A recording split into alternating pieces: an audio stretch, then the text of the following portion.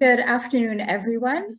My name is Cikiah. I'm a research fellow here at the Center for Research on Latin America and the Caribbean. I would like to do the land acknowledgement, and then I will introduce our moderator, Dr. Shaunasea Brown. So in the last few years, we have been reminded of the devastating impacts of colonialism on Indigenous communities across Turtle Island. Acknowledging the land on which we reside entreats us to acknowledge that settler colonialism does not exist in the past tense, but is a current ongoing process in which we are all implicated. So what does it mean for us as settlers on these lands to acknowledge the violence inflicted on and the traumas experienced by Indigenous communities that are ever present in unmarked graves, missing and murdered women and girls, queer, trans, and two-spirit folks, colonial laws, unsafe drinking water, disinvestment in public systems, resource extraction, continued displacement and dispossession, and in monuments and names that simultaneously erase and repeat on injury done? What does it mean for us, for you, to engage in reconciliation, restitutive, and reparative praxis?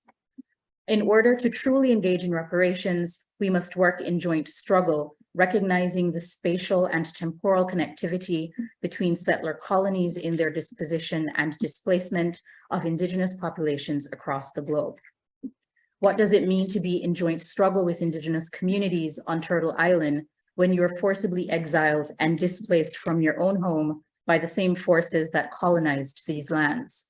What does it mean to actively work through visions and futures of collective liberation through struggle and resistance?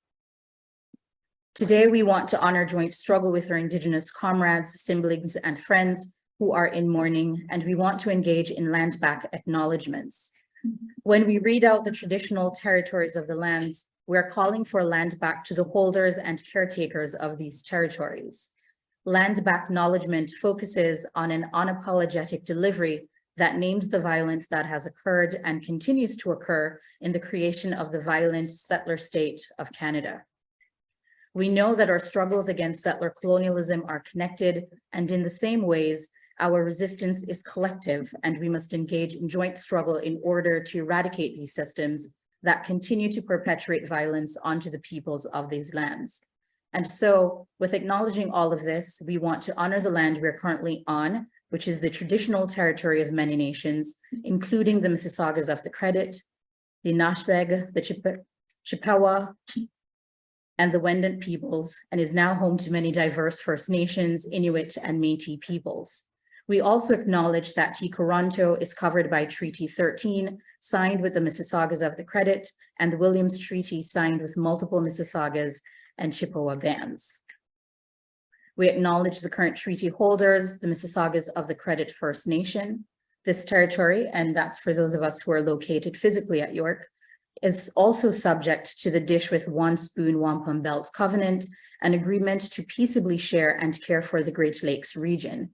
The Dish with One Spoon also means that we all eat out of the dish, all of us that share this territory with only one spoon. That means we have to share the responsibility of ensuring the dish is never empty, which includes taking care of the land and the creatures we share it with. Importantly, there are no knives at the table, representing that we must keep the peace. So we want to end with a note that Indigenous peoples are not relics of the past. They are still here and will always be here. Indigenous resistance and resurgence lives on. For those of you who are joining us virtually, we ask that you think about the Indigenous communities you are in relationship in where you find yourselves, including Indigenous communities across the Caribbean and Latin America.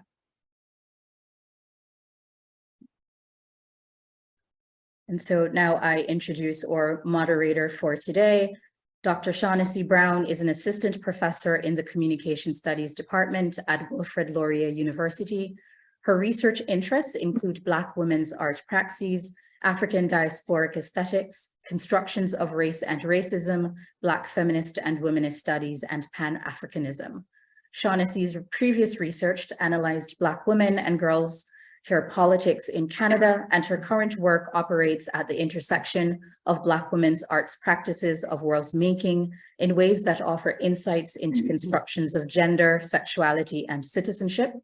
Her future arts-based projects will explore how sound can be used to re-articulate Black life in ways that directly refuse the anti-Black logics facilitating disproportionate rates of Black death worldwide. And on a personal note, I welcome her back to Cerlac. She is one of our research associates, and as a graduate student myself, has been one of my mentors along with Chevy. So thank you both. Thank you, Tika. Greetings, everyone. It is a pleasure for me to gather with you all this afternoon, where we'll be discussing some urgent issues pertaining to Caribbean studies in Canada. And I have the privilege of introducing our panelists, starting with Cikiah Thomas, who was an active participant at the United Nations World Conference Against Racism, held in South Africa in 2001. 2002, Cikiah was a key planner of the African and African Descendant World Conference Against Racism held in Barbados. As a result, the Global African Congress was created from the Barbados Conference. Cikiah was elected chair in 2002 and has continued in the role. The Global African Congress strives to accomplish its goal of equitable distribution of global resources by demanding reparatory justice, advocating for policies that combat institutional racism, increasing awareness, and mobilizing international solidarity for the decolonization of the remaining Caribbean and South American territories under European and American direct colonial domination, and working to ensure respect for all Africans and Indigenous people everywhere. As chair of the Global African Congress, Cikiah developed strategies to link with trade unions, youth, women, farmers, students, and professionals in the struggle for social justice and world peace. Now organized in 20 nations, its constitution is considered by many to be a model for Pan-Africanism in the 21st century. We also have Dr. Carl James, who holds the Jean Augustine Chair in Education, Community and Diaspora in the Faculty of Education at York, and is a senior advisor on equity and representation in the Office of the Vice President of Equity, People, and Culture. He is a professor in the Faculty of Education and holds cross appointments in graduate programs of sociology, social and political thought, and social work. Dr. James is widely recognized for his research contributions in the areas of intersectionality of race with ethnicity, gender, class, and citizenship as they shape identification and identity, the ways in which accessible and equitable opportunities in education and employment account for the lived experiences of marginalized community members, and the contradictory nature of sports and schooling in the educational attainments of racialized students. In advocating on education for change, James documents the struggles, contradictions, and paradoxes in the experiences of racialized students at all levels in the education system. We also have Dr. Beverley Mullings, who is a professor in the Department of Geography at the University of Toronto. Her research explores the ways that contemporary capitalist regimes are transforming how racialized communities in the majority world reproduce themselves. Drawing upon decolonial and anti-colonial and feminist theories and debates, she is engaged in projects that explore how transformations in the value of work, the emergence of new urban governance regimes, and the growing financialization of everyday life are shifting the terrain of struggle of historically devalued and dispossessed populations. Much of her scholarship is located in the Caribbean and its diaspora, a region that I view as an important place of geographical theory making and given historical role in world capitalist systems. And last but not least, we have Chevy Eugene, who will be kicking off our conversation today. He was recognized as a global top 100 most influential people of African descent under 40 in 2022 in the category of politics and governance. Chevy Eugene is an educator, researcher, and international human rights activist. Currently, he is completing a social Science and Humanities Research Council funded PhD entitled Decolonizing the Caribbean Reparations Campaign in the Social and Political Thought program at York University. This is the first dissertation-length study using third world approaches of international law as a critical legal framework in the advocacy for Caribbean reparations for transatlantic slavery and Indigenous peoples genocide. Currently, Mr. Eugene is a sessional lecturer at the University of Toronto, where he teaches international development studies, Black Canadian studies, and Caribbean studies. What's his last? Eugene. Eugene is the last? Yes, greetings everyone. Thank you, James. Greetings everyone. Thank you for coming, and I'm really excited to continue this conversation on Caribbean studies in Canada. It's a discussion I've been part of with colleagues in the Caribbean and in the diaspora. Some of them are in the room right now. So I will begin my talk today, and it's entitled The Crisis of Caribbean Studies in Canada. Before I begin to explore topics of Caribbean studies and crisis in Canadian higher learning institutions, I must share a few words on what drew me to this position. In my second year as an undergraduate student at York University, I took the Introduction to Caribbean Studies course. The class had over 200 students and at least 5 to 6 tutorials. In my third year, with encouragement of Professor Andrea Davis, I was fortunate to do an exchange at the University of the West Indies, UWI-Caville campus, Barbados. At UWI, my understanding of what it meant to be a Caribbeanist was reinforced through the grounding sessions I had with students and faculty from across the region and members of the grassroots communities in Barbados, such as Rastafari practitioners, and at Adrian Green's Iron Chaponef Iron Initiative. UWI created the intellectual space to imagine the possibilities of a unified Caribbean. For example, I would typically have reasoning sessions with students at my residence, Frank Warren Hall, on various topics such as Caribbean integration, cricket, music, and Caribbean cinema. It was also at UWI that I was introduced to the work of my current PhD supervisor, Camilla Kempadu, on transnational feminism and critical anti-trafficking. Additionally, I once facilitated a dialogue with students called Cocoa and Conversations, where we spoke on the possibilities of a decolonized and integrated Caribbean. We, students, would also stop by the offices of professors like Charmaine Crawford, Yannick Hume, Tennyson Joseph, Christina Hines, and Aaron Kemigesha to debate and have exchanges on gender discourse, decolonization, Marxism, politics and culture, and Rihanna. Yes, Rihanna, which is Kemigesha's favorite topic. That, for me, was a crucial point in experiencing the region within its archipelago.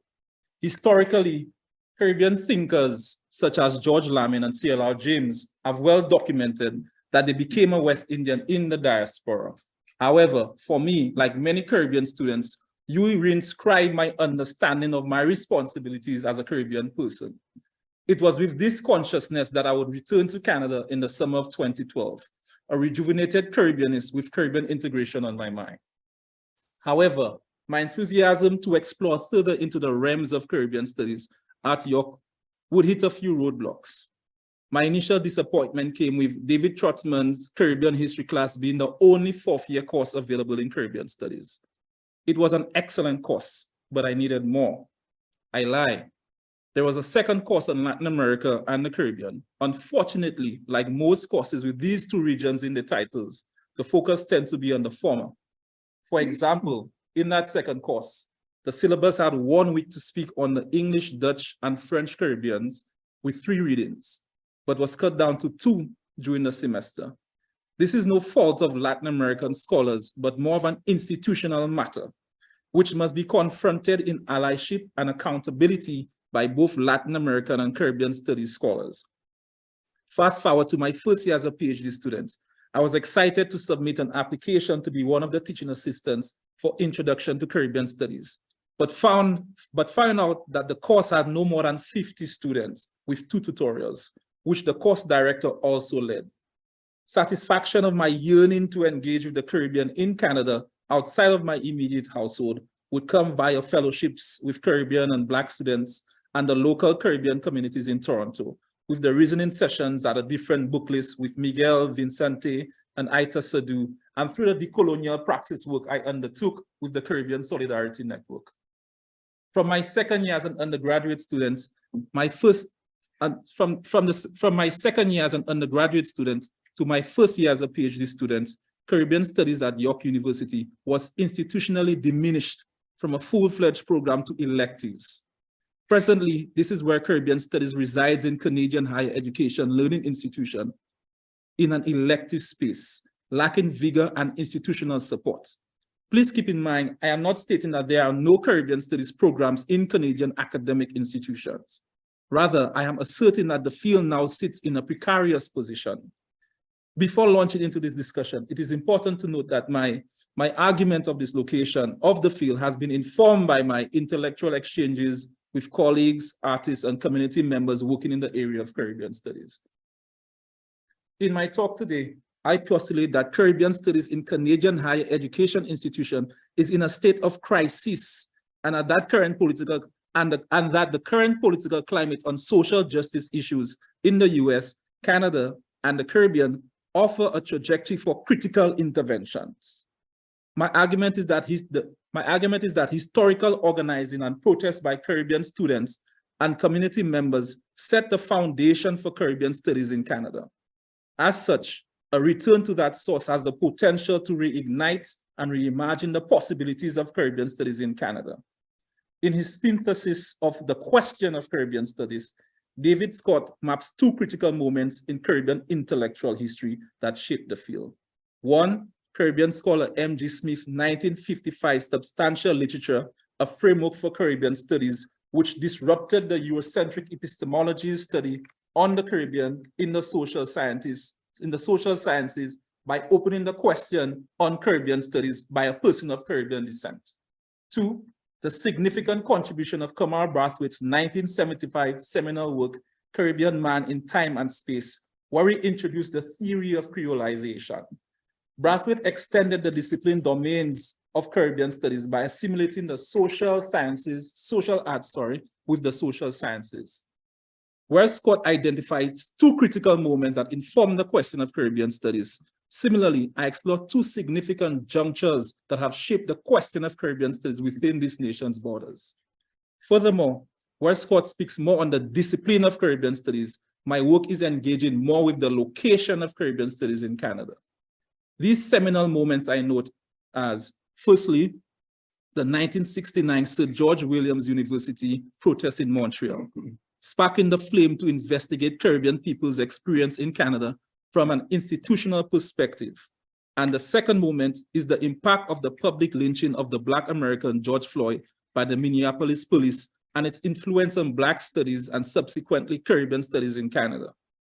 The impact of George Floyd's global protests against anti-Black systemic racism encouraged dialogue and widened the space for Black studies in Canada.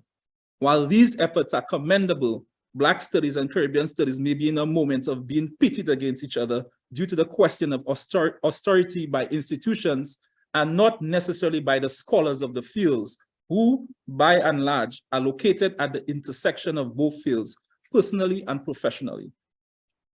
Today, I am speaking on these themes, and hopefully in dialogue with you, we can conjure praxis on how Caribbean studies and Black studies can coexist in post-secondary institutions. In the 1960s, Montreal had a growing Black population and was an environment governed by anti-colonial praxis, part of a more extensive representation of the liberation movements that were taking place internationally. Within academia, the institutionalization of Black studies in the US was greatly influenced by the assassinations of Malcolm X and Martin Luther King Jr. Conversely, in the US, you had civil rights movements reaching its highest point in the 1960s. There was the establishment of the Black Power movement that was branded by Trinidad and Tobagonian African-American Kwame Ture, formerly known as Stokely Carmichael. The Black Power slogan was elevated to international public discourse by the Black Panther Party and endorsed by public intellectuals like Angela Davis. The Black presence in Montreal and Toronto was growing partly due to the Caribbean women who migrated under the West Indian domestic scheme, which lasted from 1955 to 1967. Furthermore, the 1968 Congress of Black Writers in Montreal set the grounds that will later see the Rodney riots in Kingston, Jamaica, when the revolutionary intellectual and professor at UWI Mona campus, Walter Rodney, was banned from re-entering Jamaica by the newly independent, and I put that in quotes, neo-colonial government upon his return from the Congress of Black Writers. Rodney's Rastafari-inspired anti-colonial work with the subaltern in the ghettos of Kingston was considered to be a threat to national security by the then Jamaican Minister of Home Affairs. In response, people who were in support of Rodney, mainly Rastafari adherents, university students, inner city youth, and some academics on the left, organized a peaceful protest. But it eventually turned into a riot and 3 people lost their lives. Other revolutionary figures such as Cerlac, James, and Toure were also present at the Congress of Black Writers. Moreover, in the Caribbean, Africa, and Asia, there were anti-colonial movements taking place with the independence of former colonial spaces. In Canada, the nation extended its immigration policy to include people from the global south and engage with human rights struggles, such as women's movements. These were the conditions under which the SJW protests would take place, a politically charged climate inspired by global anti-colonial movements. The Sir George Williams University protest was sparked when 6 Caribbean students accused their biology professor, Perry Anderson, of discrimination through biased grading practices and the poor response of the university's administration. The SJW affair affairs publicly confronted the friendly, loving discourse used to represent Canada globally. Part of Canada's welcoming master narrative was used to usher in racialized students such as African Americans, African Canadians, Afro-Caribbean, Indo-Caribbean, West Indian students to pursue higher education, right? However, Canada's true master narrative is democratic racism, where racist beliefs and behaviors are retained in a democratic society while continuing faith in the principles of an egalitarian society. It is not surprising then that students will eventually experience the byproduct of racial capitalism in a Canadian context, where the pretext of racism and heteropatriarchy is packaged with a smile. Furthermore, this was not the first accusations against Professor Anderson. All other West Indian students who took his course experienced similar interactions. As a countermeasure, in January 1969, the Caribbean students mobilized professors, community members, and allied students to build a racism case against Anderson.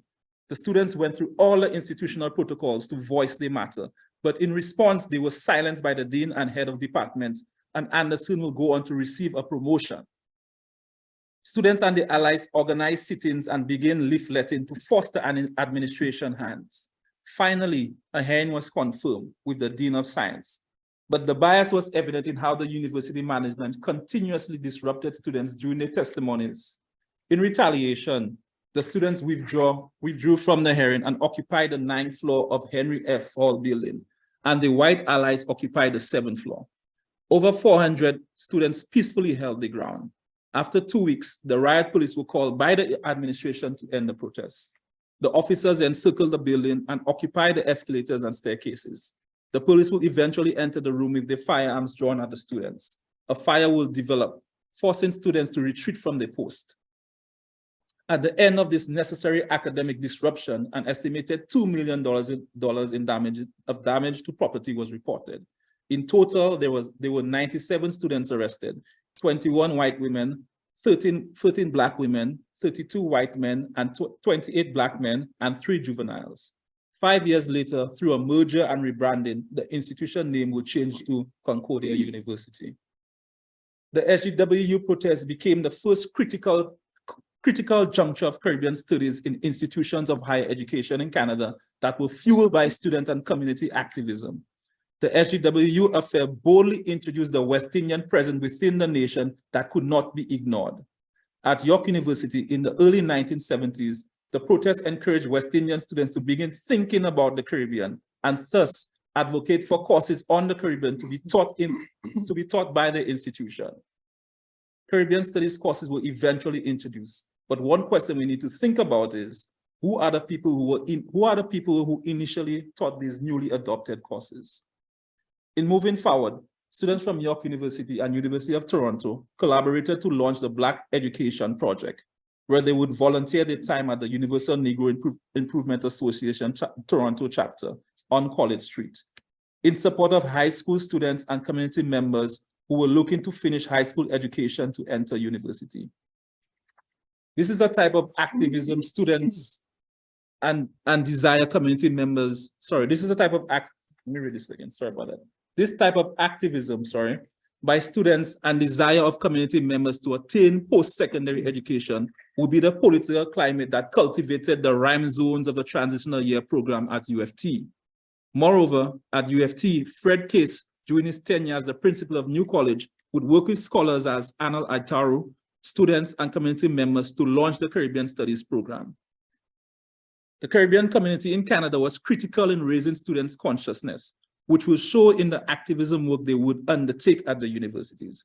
For example, Third World Bookstore, which was run by Leonard Johnson, now known as A Different Book List, would be a stomping ground for students and community to break bread on topics such as Marxism and Black nationalism. The establishment of the Ontario Cooperative Program in Latin America and Caribbean Studies that consisted of universities across Ontario would provide libraries with funding to have Caribbean resources at their respective locations. This initiative would play a critical role in developing and maintaining Caribbean studies at higher education institutions. In Quebec, Caribbean students, through activism and research with scholars like Carrie Poliani-Levitt, created a robust Caribbean studies program at McGill University. There are several other initiatives and structural changes that were inspired by the SGWU protests that students, scholars, artists, and community members developed to support the field of Caribbean studies in Canada, which require more detailed research to give these projects their due diligence. So then, why take the position that Caribbean studies in Canada is in a state of crisis? Well, a few things. Like the moment of nation building that once heightened the imagination of Caribbean people will lose its drive with the harsh reality of neoliberalism that came in the guise of development orchestrated by the international financial institutions with its structural adjustment policies. The collapse of the Grenadian Revolution will illustrate the complexity of ideologies and sovereignty by Caribbean thinkers that will cause divisions across the region and even in Canada. For example, George Eaton, who was an advisor to the former Jamaican Prime Minister Michael Manley's democratic socialism experience and drove the Caribbean initiative at York University that would bring in Caribbean intellectuals, artists, and activists to Canada, publicly supported the invasion of Grenada by American forces. We must keep in mind what was taking place in the Caribbean was being reflected in the study of the field and in the community organizing in Canada. My assertion that Caribbean studies is in a position of crisis is not necessarily stating that the field does not hold value, because the very foundation of the modern world was fueled by the region. Hence, it will always contribute to global conversation on conquest, enslavement, colonialism, neocolonialism, and imperialism. My argument is that in the neoliberal functioning of academia, area studies tend to be the first on the chopping board in time of financial crisis. For instance, at York University, programs in the liberal arts were targeted to save the institution money. So in a very normative way, the Caribbean Studies program was dissolved. Hence, my return to Canada from my exchange at UE was at a time when the institution was going through a reshuffling. Conversely, just over a decade ago, at the Toronto Metro University, formerly known as Ryerson University, Afua Cooper articulates her attempt with colleagues, Caribbean communities, and civil society organizations to establish a Caribbean Research Center, which was supported verbally by the university. Unfortunately, Cooper noticed that the university kept shifting the goalposts every time they would compile a request. Every time they will compile with a request and resubmitted the application. Finally, after 2 years of doing the necessary work to create the center, the initiative was denied without an apparent reason. Cooper would eventually leave the institution. Interestingly enough, on December 31st, 2022, the then coordinator of the Caribbean Studies Certificate, Camille Hernandez Ramdoa, made a public post on Facebook announcing her departure from TMU due to the systemic racism she continuously encountered in trying to establish a Caribbean studies program. There are several other factors and nuances that cripple the potential of Caribbean studies in academic institutions in Canada. However, for the purpose of my talk today, my focus is on the noted examples. Hopefully we can explore these reasons in more detail during our discussion. In my observation, the second critical moment of Caribbean studies in Canada is the impact that the George Floyd murder had on the world. The first critical moment, the SJW protest, created space in academic institutions for Caribbean studies, and the second tightened that gap. The academic institutional response to the political and social anti-Black climate has led to a reemergence of Black Canadian studies. The public lynching of Floyd in the US, and in the Canadian context, the suspicious death of Regis Koczynski-Packett and Chantal Moore after police were called to do wellness checks, in addition to the international reaction to anti-Black racism by the global movements of Black lives, have informed the critical work that advocates for Black Canadian studies to be recognized and respected as a field. However, as Black Canadian studies is going through a period of necessary growth and decentralizing from a US model, Caribbean studies is being further marginalized, undermining the vital roles that Caribbean academics and nationals have played in the continuous construction of Blackness in Canada and the overall development of the nation. With the support Black studies has received due to the constant battle of Black and Caribbean scholars, students and communities with academic institutions, there has been some development of institutional changes in Canada. I put changes in quotes. For instance, equity, diversity, and inclusion became part of the performative culture across most Canadian higher education institutions. Some institutions created cluster hiring of Black faculty and postdoctoral fellowships for recent PhD graduates. In speaking to how Blackness is addressed in Canadian studies, Ronaldo Walcott states, open quotes, "Blackness occupies the place of the special effect because conversations concerning Blackness are never sustained. They arise and disappear only to rise again as if anew," close quotes. Black Canadian studies' recent resurrection further heightened the crisis of Caribbean studies in Canada. In academia, it is evident that only one marginalized group gets support at a time. As such, Blackness in Canada is now the sexy topic, though some people have claimed that its time is running out. I am not proclaiming that Caribbean studies should be in that sexy minority group, but space must be created for all marginalized groups. It is apparent that white neoliberal institutions also cannot think beyond binary terms. Blackness and Caribbeanness cannot be understood to coexist. It is an either or. As Andrea Davis states, open quotes, "I do not want my freedom to come at the expense of another marginalized groups," close quotes. Currently, UFT is one of the few higher education institutions with a Caribbean studies program/center where scholars like Alyssa Trotz, Kevin Edmonds, and Melanie Newton are in constant battles to maintain and grow the program. Although several academic institutions offer courses in Caribbean studies in Canada, most do not have an actual program, leaving the field in a precarious position. Caribbean studies in Canada, like most interdisciplinary fields, offer an array of possibilities. However, unlike other programs or departments, the very foundation of Caribbean studies came out of struggle. And as such, it is struggle that will resurrect the fullness of this unique field in a Canadian context. It can be argued that part of the reason that Caribbean studies is in that present condition is due to the demographic changes in Canada. There is a strong continental African presence within the nation borders. Therefore, study areas must reflect that. And as such, Black studies capture these experiences. This is true, but Caribbean studies is more than Blackness.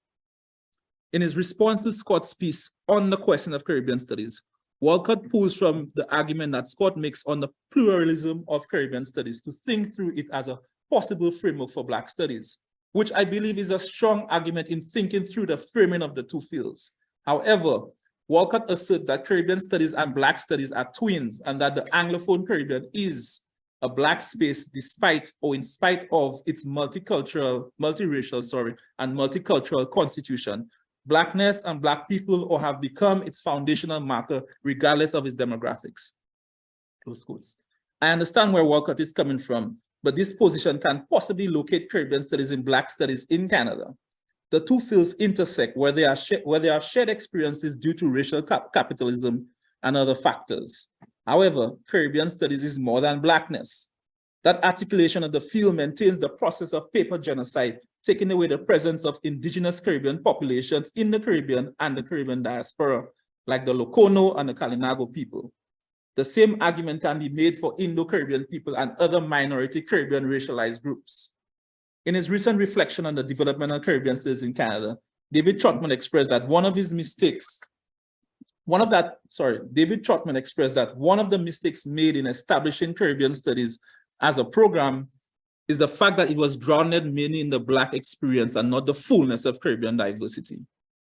I believe this limitation is part of the reason Caribbean studies has been positioned in Black Canadian studies, compounding the crisis of the field. So then, I ask, is the crisis of Caribbean studies in Canadian institutions strictly a systemic issue, or must Caribbean studies scholars also be held accountable? Moving forward, I believe Caribbean studies is in a position to be in its third juncture where it can and must reinvent itself by returning to community to fully understand the experiences of the second, third, and even fourth generation Caribbean people in Canada. As an area study, the field can grow by studying movements in the region like Caribbean feminism, reparations for indigenous people genocide and African enslavement, climate justice, resistance to extractive industries in places like Jamaica, Guyana, and Belize, and by engaging in the tri-continental movements with Latin America, Africa, and China. However, this juncture can be efficiently explored. This juncture can be explored efficiently in partnership with people working in Latin American studies, Black studies, Indigenous studies, and African studies. Caribbean studies is in a precarious position in Canada, but it is also an opportunity for Caribbean scholars, artists, activists, and community members to use our creative imagination to envision new possibilities. Thank you very much.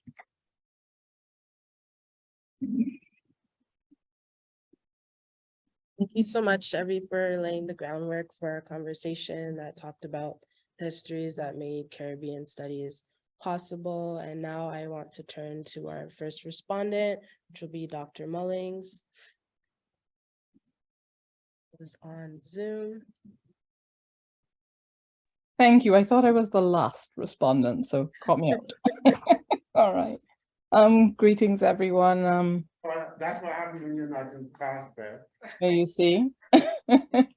So greetings from Jajage or Montreal, where I'm currently located, and grateful to be on the lands of the Ganangahagan people.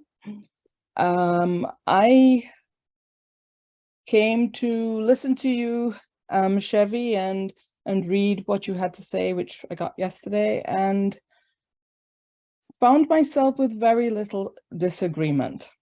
I think you very much capture a large number of issues that have really come to shape how people think about Caribbean studies. I'm fairly new to the University of Toronto and have taken with me a Caribbean course that is only about the Caribbean, and students who take it, I have a number of amazing students this term in my course from all over the world, actually, not just Caribbean students, trying to think through the promise and the problem and the promise of Caribbean freedom.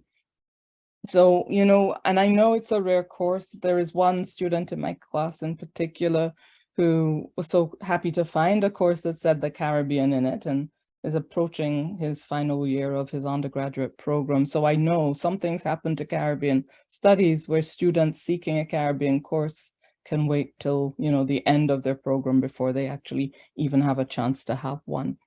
I want to engage you by going back to thinking through a couple of moments in what you had to say. And, you know, I think thinking like an administrator about numbers, that terrible term that we use, bums in seats for students in the neoliberal moment, is partly, I suspect, one of the reasons why Caribbean studies as a program, an area of study, has declined over the years. I am struck by the fact that when you talk about the Sir George William affair, or when you talk about, the Center for Developing Area Studies at McGill, where Carrie Levitt and Lloyd Best were very signature people, the students involved were students many of them directly from the Caribbean. There wasn't a diaspora of the sort at that point. And so something has happened, which I think needs to be connected into the conversation about what has been happening there in the Caribbean region and what it means for what's happening here in the Caribbean diaspora.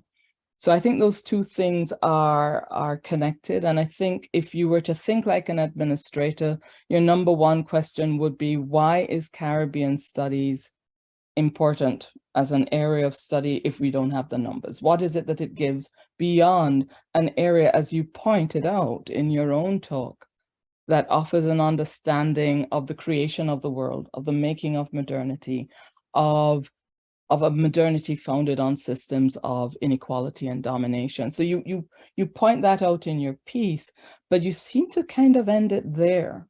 And I think that's part of where the problem is, that when people think about the value of Caribbean studies, it's kind of frozen in that colonial moment where we understand it through slavery, from colonialism. I gave a talk the other day where I was struck, and I have been, by how much your average student today will happily cite, at length, from Stuart Hall, CLR James, Frantz Fanon, without ever really recognizing that those people came from the Caribbean. They're actually just appropriated as Black scholars without context, without geography, etc. So I feel that there are some reasons why Caribbean studies is an important field. If I were to speak back to an administrator, I would say because it's alerting us to the ongoing harms of coloniality. It's not just the colonial moment, it's the ongoing colonialisms that are occurring at multiple scales, and at scales that scholars who study, for example, Black studies within the United States, very hard to actually think internationally, because much of the scholarship is focused on what's happening within the country. I think island nations and island peoples have always had to look outwards, partly because of the fact of smallness and being an island, but also about being captive and difficult mobilities. So in a sense, I think that an answer about why Caribbean studies might be important to study even in the 21st century, even alongside Black studies programs, for example, is exactly that it points to us what the ongoing harms of coloniality looks like, and especially the kind of emerging infrastructure of power over economies, over resources, over knowledge. And you mentioned a number of them, in your own talk. So I would say that there is something that Caribbean studies is worth for, and that is to alert us to the continuity of forms of coloniality, but also, and probably most importantly, how people are resisting them in the most amazing, innovative, and creative ways. And I think we can look to the Caribbean diaspora, but we can also look to the Caribbean region. So, I'm thinking here about what happens after colonialism. So if we think about practices such as, ROSCAs, which are rotating savings associations, which my colleague Carolyn Hussein writes a lot about. When we think about poetry, when we think about land capture that my colleague Rachel Goff writes about, if we talk about Calypso, the history of Rabaudet in Haiti, or Bomba, its resurgence in Puerto Rico, we have a sense that there is something that we have yet to learn about the Caribbean region, about how people survive systems of harm founded upon the creation of differential hierarchies that, as my colleague Ruth Wilson Gilmore talks about, sentences populations to vulnerability and premature death. So I think these are some of the reasons why I think Caribbean studies is an important area of study. So as much as I agree with you, I would almost say I would like to have us think about how would we respond to those who would close us down, to explain why studying the Caribbean is more than because we feel connected to the Caribbean as individuals, more than the fact that the Caribbean is a place that suffers under the exegesis of neoliberal capitalism, but it's also because we will learn the rest of the story of the making of modernity by looking at the Caribbean. The Caribbean tells us the rest of the story, what happened when we thought we became free. So those are just, one or two thoughts. I have more, but I don't want to take up too much of the space. And what I would talk about if I had more time. So Shaunasea, you may tell me if we do, if I do. You have some time, continue, go on, please. Okay, good. To talk about where I think Caribbean studies fell short. And I agree with you completely, Chevy, there's a problem. There is a problem in the way that Caribbean studies as a field of study unfolded that I think with my course, and I'll go back to that, the course I'm teaching at the moment, one of the exercises that is a significant part of the course is to re-engage with the writings of Caribbean intellectuals at the dawn of independence, so in the 1960s, by literally going back to read the New World Quarterly. And so students read them. And so they read the Caribbean Man in Time, the piece you spoke about. We read all of what was there, and we look overall at the oeuvre of the New World Quarterly to see what looks very different between what concerned people then and what concerned people now. And I think what my students immediately point out, what they've pointed out, which I think you've identified, is a kind of narrow way in which even these early writers conceived of freedom. If you read any of the New World Quarterly in its entirety, what you're struck by is that many of the writers are able to talk about the coloniality of knowledge, so C.L.R. James talking about what does it mean to be Afro-Saxon, Lloyd Best talking about Caribbean freedom and independent thought, that many are thinking about the coloniality of economic power. And a lot of time is spent there talking about the plantation system and what all of that meant, and imperialism. Raciality also makes a really, takes up a significant space in that journal.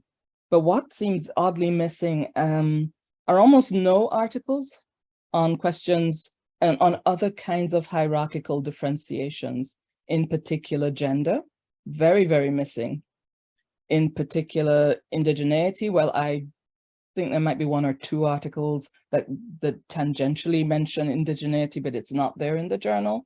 Or nature. Nature is missing. It is just not a part of the conversation. And that's not to say that the intellectuals of the 1960s somehow should have covered it all, because I actually think that the Caribbean is a place that is in continuous formation. So not expecting that, there'd be a huge sort of anti-climate change set of articles in the journal, but there is a narrowness to the understanding of what colonialism is, and it is somewhat reflected in the NWQ. But I think, as you yourself note, that there's a kind of narrowness in the way that our understanding of the region of Caribbean studies itself kind of got sedimented into particular ways of thinking, and that includes a conversation around Blackness.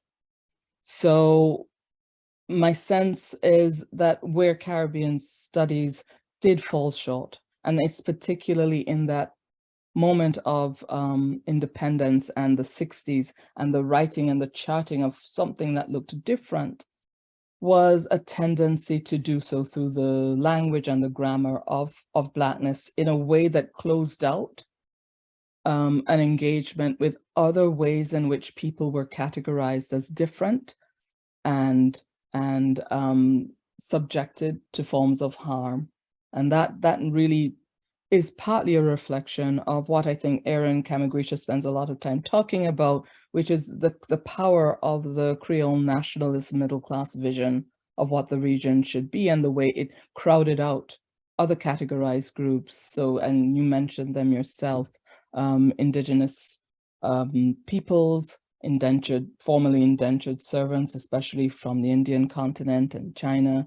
Their vulnerabilities don't make it into the conversation and the vision of a region. So there is a real challenge to think about, how do we think about a Caribbean region that takes into account that diversity of experiences, even if Stuart Hall, and I think quite rightly says, we can't ignore the presence African in the region. But we still need to know, and I think this is where Caribbean studies offers something that other kind of studies don't, to think through those complexities in a way that can actually speak to 21st century challenges. And the 21st century challenges, I think, come through a need, which I think Caribbean studies again fell short on, to avoid the territorial trap, to understand the region as a physical place that is consistent of particular islands. And that's partly the problem of the region itself, an inability to think as a region, to imagine itself as a region outside of, to imagine itself as a region when we know already that that is a tendency in the Caribbean, that once you've left the region, you understand yourself as Caribbean. So the three things I would say is where Caribbean studies fell short. It's thinking through these other forms of categories and hierarchies and making space for them in an imaginary of a place called the Caribbean. It is the dominance of a Creole nationalist middle-class conception that crowded out other notions of identities that we can think about in terms of Caribbean studies, and a need to avoid a territorial trap, which I think we're still kind of caught in terms of thinking where the Caribbean might lie. And all of these are important because they signal where solutions might be, what kind of organizing beyond the nation state, where that might come from. And I think that's been an issue, I think, for the region. And if we were to think about where the future lies then, I think with you, based on what you were saying, I'm not so sure we have a crisis. So I've come away thinking, I'm not sure that the language of crisis helps us to get to where we want. I think I am a little bit more optimistic that there is a terrain of struggle for Caribbean studies, and it requires us to do what we're doing now, have these kind of conversations, but also to really embrace a deterritorialized imaginary of what the Caribbean is, one that can actually attend to the new dimensions of struggle. And that might mean that Caribbean studies is not Black studies, but Caribbean studies tells us something about how people subjected to premature death because of the categories they were placed in, which include categories of Blackness, but not only, how their struggles may be reconstructed. And so what are the issues facing Caribbean studies today? Well, there's a lot for us to learn, I think. I think climate change, if it were up to me, that would be a central set of arguments about how do we survive in a world where, you know, as we speak this year, Jamaica enters, or Kingston, Jamaica has entered the zone of climate departure, meaning that its hottest months or years between 1950 and 2008 will now be surpassed on a daily basis in the city. These are questions that are questions not just for the region, but they signal questions for what we talk about in the diaspora. It's a conversation that is not just about the Caribbean, but teaches us about people who survived colonialism formally and continue to survive coloniality today, how they are continuing to live. So, you know, one of the things that I liked very much about what you had to say was the connection between community and the ivory tower or scholarship. And I think These are the conversations that we should be having.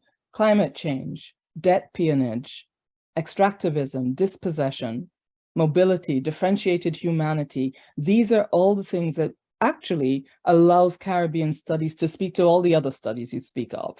And because we were at the crucible of the moment of the making of modernity, the region is a very important one for telling us what the aftermath of colonialism looks like. And of course, what repair will look like. So I've thrown a number of things out there, and I'm hoping that will generate also additional conversation. But thank you very much, Chevy. I really enjoyed what you had to say. And as I said, I agreed with most of it, although there were little points of departure. Thank you. Thank you so much, Dr. Mullings, for your insight to talk about Caribbean freedom and how we can go beyond like narrow conceptualizations of what freedom can mean. And I look forward to our conversation after, particularly for folks from second generation onward, to think about how we can reimagine what freedom looks like in our present day context. So we'll be moving on to our second respondent, which will be Cikiah Thomas. Thank you very much.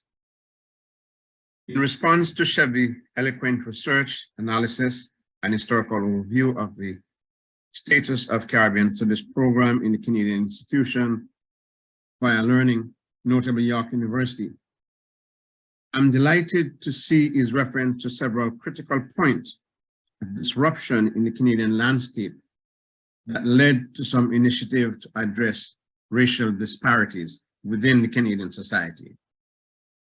It is noteworthy to note that in these disruptions, such as the 1969 Sir George William University affair, that government and institutions are responding to the crisis then. Likewise, the George Floyd public lynching make a difference for the Canadian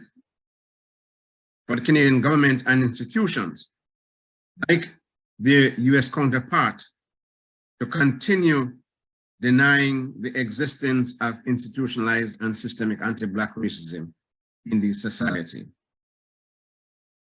In Canada, we saw the very vocal voice of the Canadian theorists in the diversity industries advocating the post-racial society after the Obama presidency virtually went into hiding after the George Floyd lynching. However, I would like to give my perspective and the institutionalized thinking replacing the Canadian Studies program with Black study as if both are enough, are more than enough that we are deserving. The senior leadership of institutions such as York University have the idea that they can decide for us without us what we should have as part of their decision of power sharing within these institutional settings. Drawing upon my 36 years of experience of fighting anti-Black racism in the Ontario Public Service, I think I have some good insight of how this thinking and operation goes. This practice is part of the structural racism embedded in these institutional formulation, policy, and procedure. At the core of this formulation is racism. The thinking that the slice of the pie available to us is this big, and that the people at the leadership level must enforce a glass ceiling that cannot be expanded beyond the narrow scope they decide is good for us. This policy and practice are widespread across Canada. They are embedded in institutions such as the Ontario Public Service, the federal government, public service, Law Society of Ontario, the Canadian Medical Association, and other professional associations. They also manifest themselves in the availability of resources for the federal and provincial human rights commission. It is part and parcel of the racist colonization thinking and structure that disenfranchise racialized people, oceans of people as part of the global inequality in the distribution of power and resources. We do not need to articulate the qualitative and quantitative reason why Caribbean studies are required and need expansion in a place like Toronto with its sizable Caribbean population. We can make the case that the overlapping nature but distinct feature of Caribbean studies and Black studies program. In the same way, many universities have philosophy and classics as overlapping but distinct academic discipline. The same logics can apply to the Caribbean and Black studies program. I want to highlight a few points I think more than ever why Caribbean studies are becoming urgent and more urgent in the recent past. Number one, better understanding of the scope and depth of Caribbean atrocity is recently becoming a sharper focus with new information and a reinterpretation of some aspects of the atrocity of African enslavement and colonization in the region. The evolving and necessary changes that are taking place in the global political economy that is being led by China, Russia, and developing countries as a result of the patent failure of the twin US Western-led globalization and imperialism, which create obstacles for growth and development, especially in the global South. A critical question here is what role, not should, but what role Caribbean study must play in the referent changes in the global political economy, and vice versa, a two reinforcing phenomena. What is the mission of Caribbean study in galvanizing the social force, both in academia and the broader society, to bring about changes in regional, social, and political transformation? Should Caribbean studies broaden its appeal to incorporate the culture, and by implication, the social forces beyond Anglophone Caribbean, to include the Francophone Caribbean and Latino Caribbean, particularly the African population, and by extension, expose our socio-cultural, socio-economic commonality in fighting for equality against racism, colonization, and the crime against us, and necessity to incorporate their relevance in a broader conceptualization of Caribbean studies that potentially may enhance the significant and role in changing the global political economy, notable the struggle for reparations. Enhance the opportunity for scholars and cultural artists to have exchange via research and cultural exchanges, including sports, and to deepen our shared understanding of Afro-Caribbean people, the plantation socialization, and psychology. That's an urgent need that is required in order for us to solve some of the many problems that are within the Caribbean as well as the diaspora. Precisely the wealth of Haiti's history and contribution as the first Black republic, and all that we must learn from its history and culture to galvanize the Caribbean studies movement, Caribbean studies movement, as part of the reparation campaign to repair the justice and development, to repair the injustice and development. Finally, I would recommend that the Caribbean Studies program, the initiative to expand the Caribbean Studies program in institutions such as York University, begin to engage or continue to engage, as Chevy has so eloquently pointed out, the grassroots activities that we saw in the 70s, like the Black Education Project, University of Toronto program, and so on and so forth.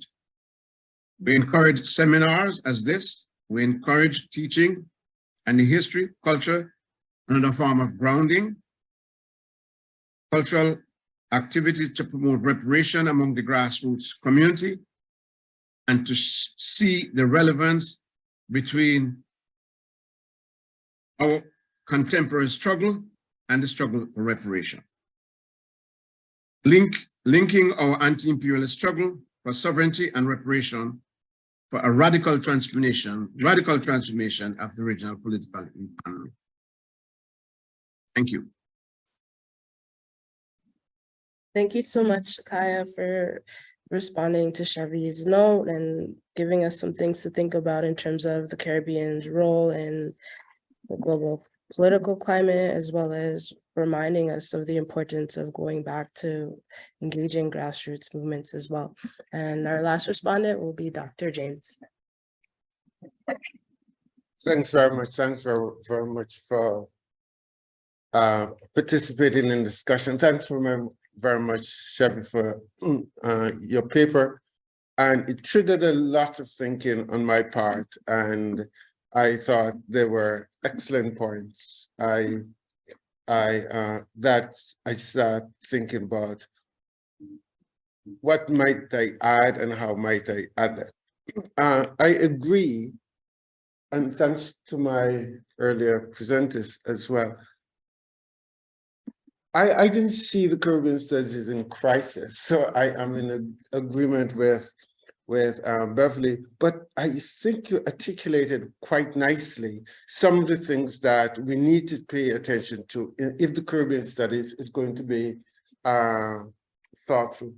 You know, having read your paper, I start thinking you're asking for more a reinvention of Caribbean studies, an invention that would take into account significant areas, not only of the Caribbean, but how Canadian, what we know as Canada today, has been highly impacted by Caribbean contributions, Caribbean people's contribution, both economically, politically, and so forth. So I thought it's that which, and what you showed in your paper is the failure in that early conceptualization of Caribbean studies to take into account some of the broader issues that we need to take into account today. So I quite like what you've said and how you're inviting us to really rethink what we did, and therefore start to, I have all these words, reimagine, reconceptualize, revise, and so forth, Caribbean study. So you triggered me to start thinking of how might I reconceptualize Caribbean studies and its relevance to the Canadian context. And I thought it's quite relevant to Canadian context. So I started thinking, and I'm echoing some of what Beverley said earlier, how it might have informed us about colonialism.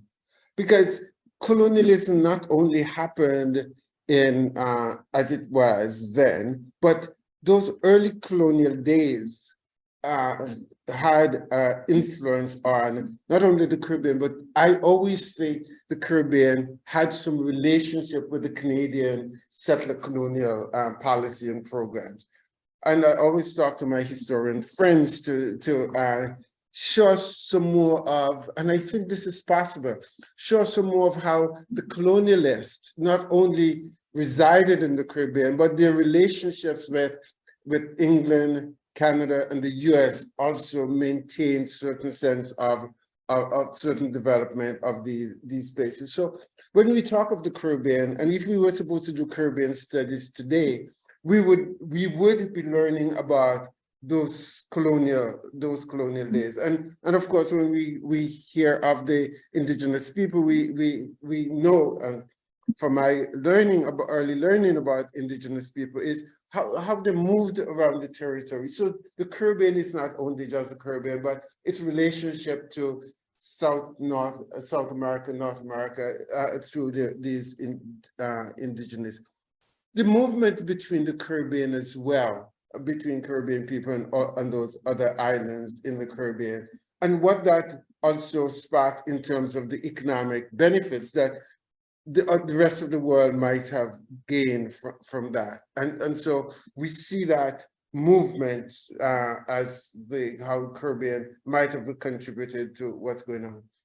And then you gave us quite some good work about the immigration. Then I thought of Caribbean people, and again, one of the limits of the Caribbean studies might have done much about Caribbean immigration and immigrants in Canada, but what's missing always, I always think when we think of this early immigration in Canada, is the coal miners who came from the Caribbean to Nova Scotia. We tend to forget. So while Canada had a racist immigration policy that wanted to keep Canada white, nevertheless, Caribbean people were instrumental in providing some economic means for the Canadian society. And therefore, while they were very restricted, such as the coal miners who came, that meant that Canada still benefited. So in doing Caribbean studies, we learn about Canada today. We learn about Canada's development as we know it, and not just simply thinking that we're only new to Canada and that Canadian development was without the contributions of Caribbean people. Then of course, I think of that immigration process prior to 1970, when the immigration policy, before the immigration policy changed. Who came? We knew students came, and we knew men came, men who became porters on those trains. So they influenced the train travel and what was going on, and the unionization that might have taken place with these workers, and of course the connections with the US when it comes to that. And medical workers came, because remember, it was after Second World War when Canada was in need of workers, and Canada turned to the Caribbean for some of these things.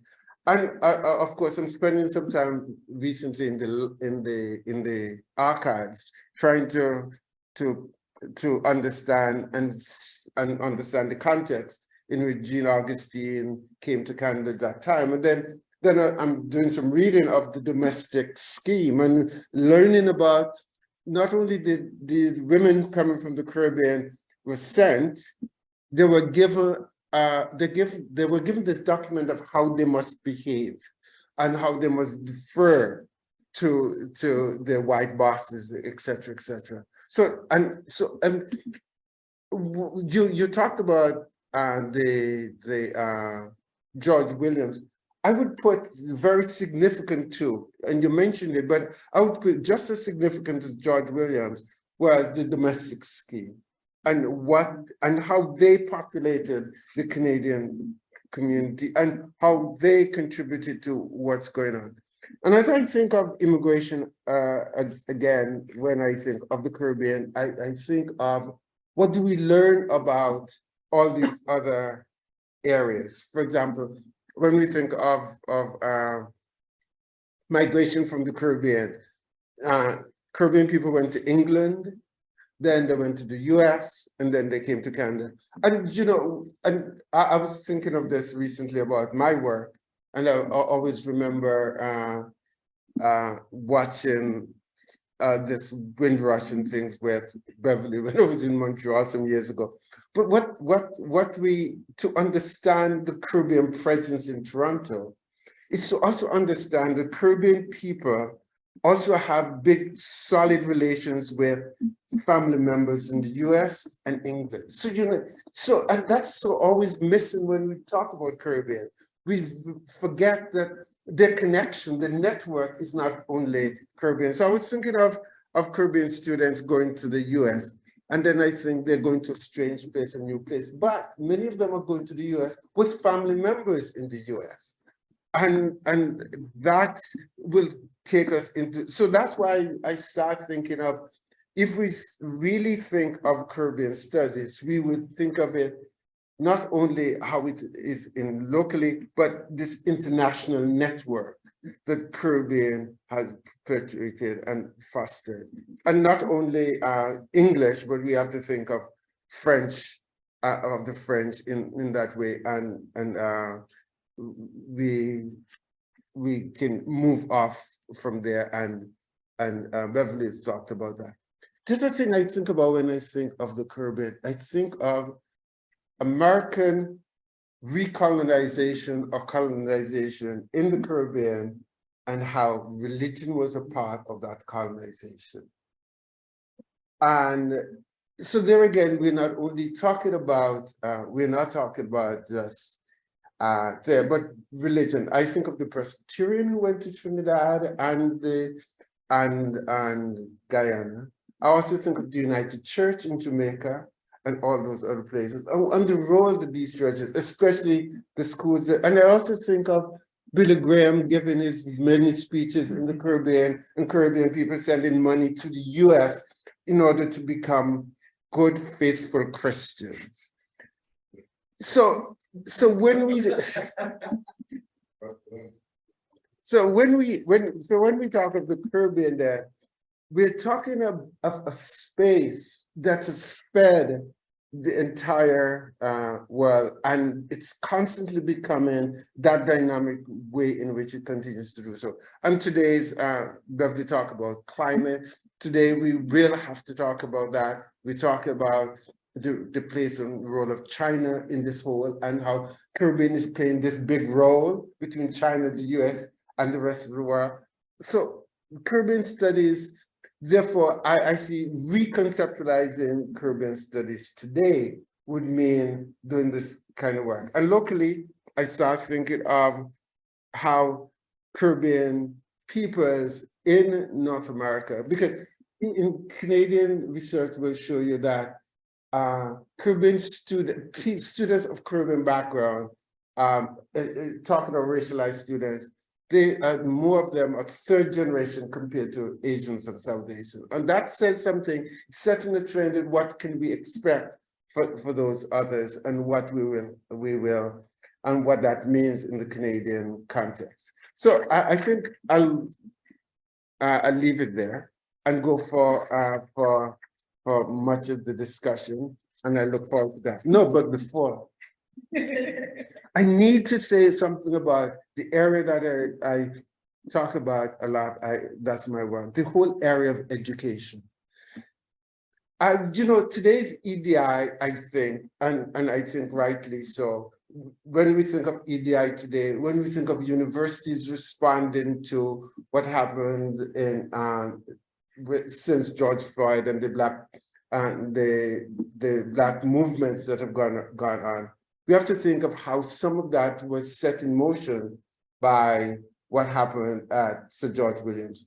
So one wonders then, if George Williams University changed and started initiating activities to respond to Black students present, why didn't that continue? Why is it that we're behaving as if these things are totally new to the Canadian context and to higher education?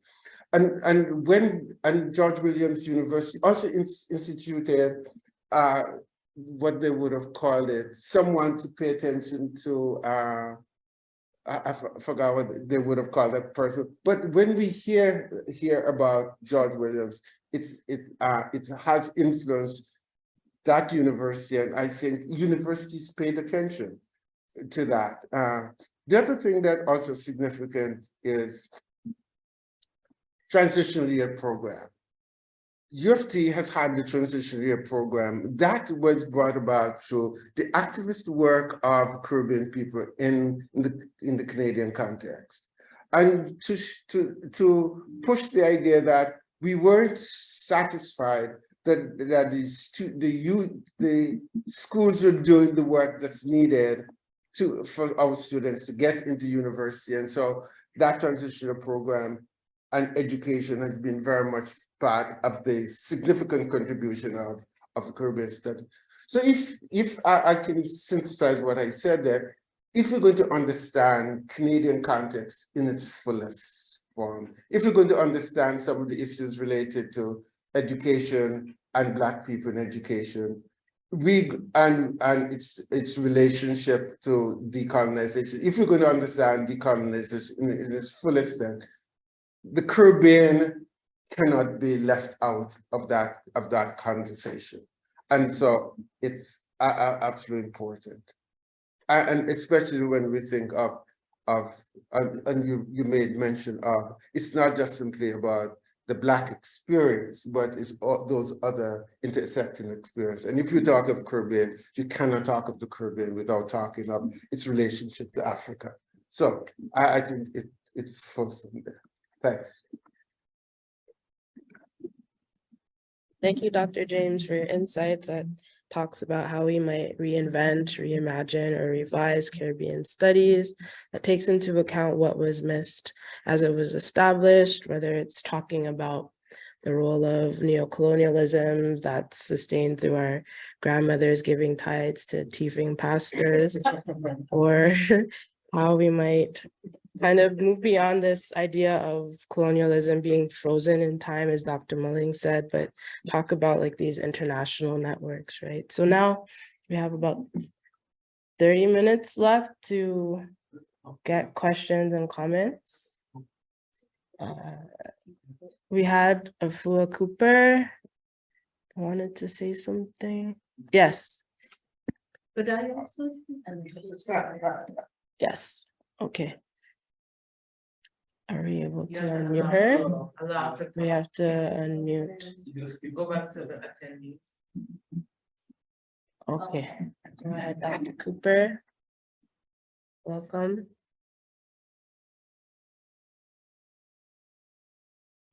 Can you hear me now? Yes, go ahead, thanks. Okay, all right, good. Thank you, Chevy, for your paper. I really enjoy it. I think we're kind of maybe like in the fourth phase of conceptualizing Caribbean studies.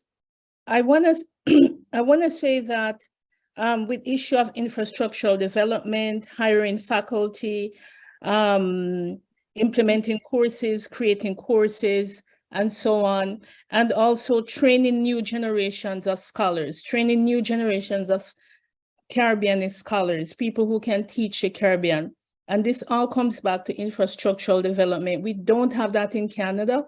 So not enough of it, I should say. So it's not so much a failure of Caribbean studies, quote unquote, is what's happening structurally in academia.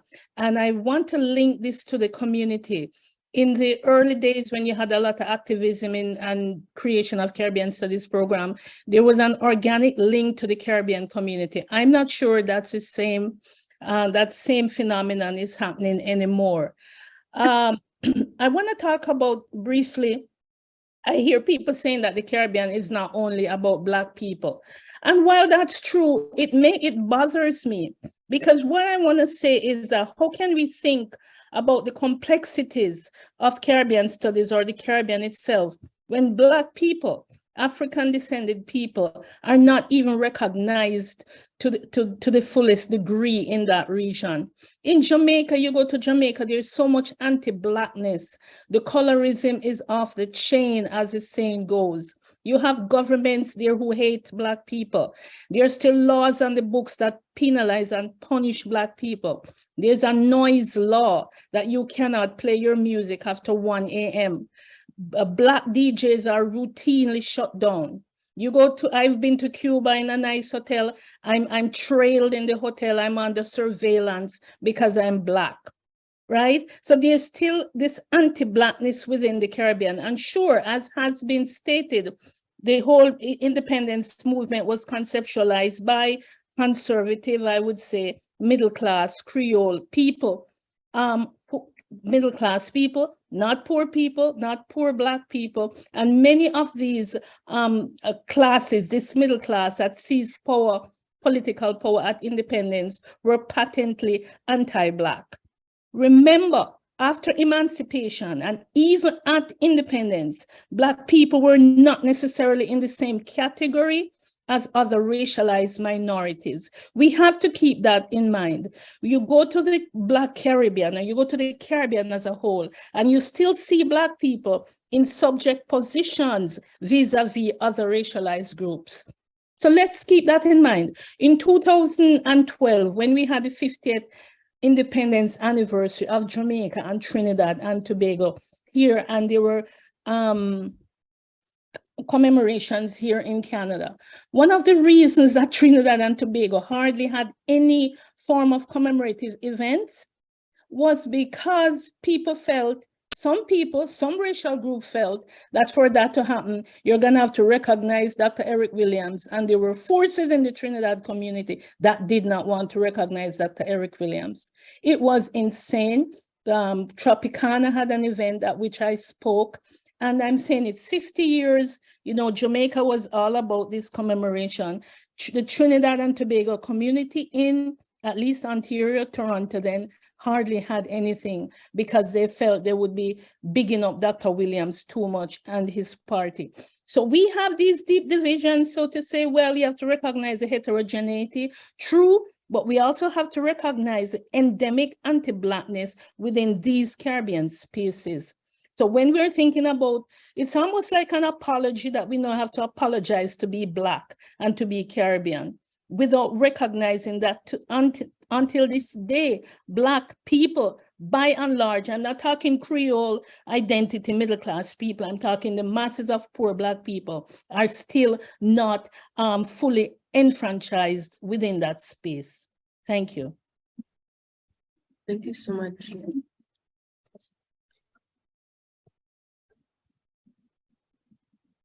Well, I'm a kind of a blast from the past, having been retired for 18 years now. But I thought I'd say something since I used to teach with David Trotman. The two of us were responsible for teaching the introduction to Latin America and the Caribbean in the program that used to exist at York University. And it was eliminated because of lack of student enrollment. That was what the university said. Well, that can merit quite a bit of discussion. But with regard to David Trotman's statement that we didn't deal with the entire diversity of the Caribbean, and that was one of the mistakes, I agree with him. But we did try to cope with diversity by using novels. We used novels. Well, they were all English. You know, we didn't use anything from French translation or Spanish translation. But we did use Spanish translation from Latin American novels. So we tried to create this sense of diversity, of complexity, of social complexity, by using novels, because good novels deal with the universe in one way or another. The second thing I'd like to say is that, that was one way of dealing with diversity, but we did not deal with the linguistic diversity of the region, the religious diversity of the region, the differences in the colonial regimes in the region.